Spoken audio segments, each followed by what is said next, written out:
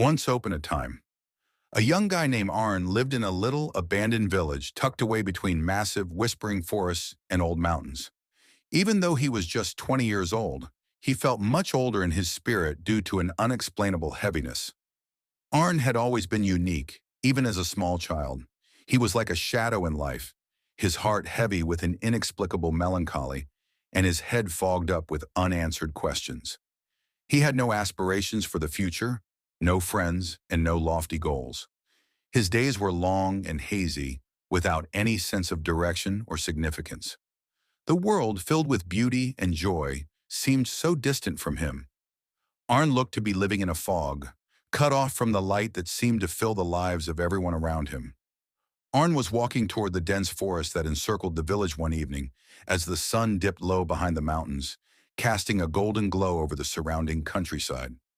There were few people who dared to venture inside this ancient and enigmatic woodland.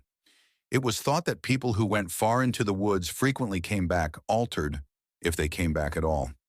Yet Arn felt drawn to the quiet. The sounds of birdsong and rustling foliage provided him with a tranquility that the cacophonous outside world could never provide.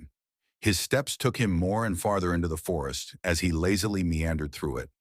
The trees grew closer together, the air growing colder and the light dimming. He eventually came onto a little clearing.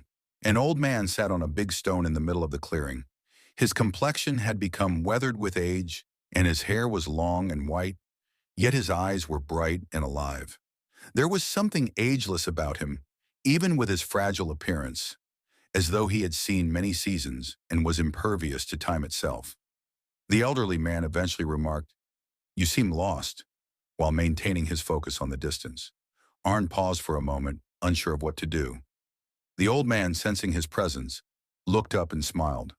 "Come, sit," he said softly, his voice carrying a quiet wisdom. Arn moved forward and took a seat on the plush grass next to him, without saying anything. As the first stars appeared, they both sat in silence for a long while, staring up at the sky. The elderly man's presence exuded a serene aura. Arn experienced a peculiar sensation of tranquility for the first time in a long time. The elderly man eventually remarked, "You seem lost," while maintaining his focus on the distance. Arn inhaled deeply, finding it difficult to express his feelings. "I have no idea who I am," he mumbled. "I'm not sure what my obligations are, or where I should go. It seems like my life is slipping away from me, and that all I can do is watch." The elderly man nodded, showing that he understood fully. "Life can feel that way sometimes," he stated, "like a river flowing so fast that you can't keep up. But you know, the river never asks you to follow. It flows whether you walk with it or not." Arn scowled, unsure of the elderly man's meaning. A tiny bird abruptly fluttered down from the woods and settled on a branch above the elderly man's head before he could ask. The bird was little and unremarkable, with brown feathers that blended in with the surrounding woodland. However, it shared the same piercing eyes as the elderly man. The bird gave them a single friendly chirp before starting to groom its feathers.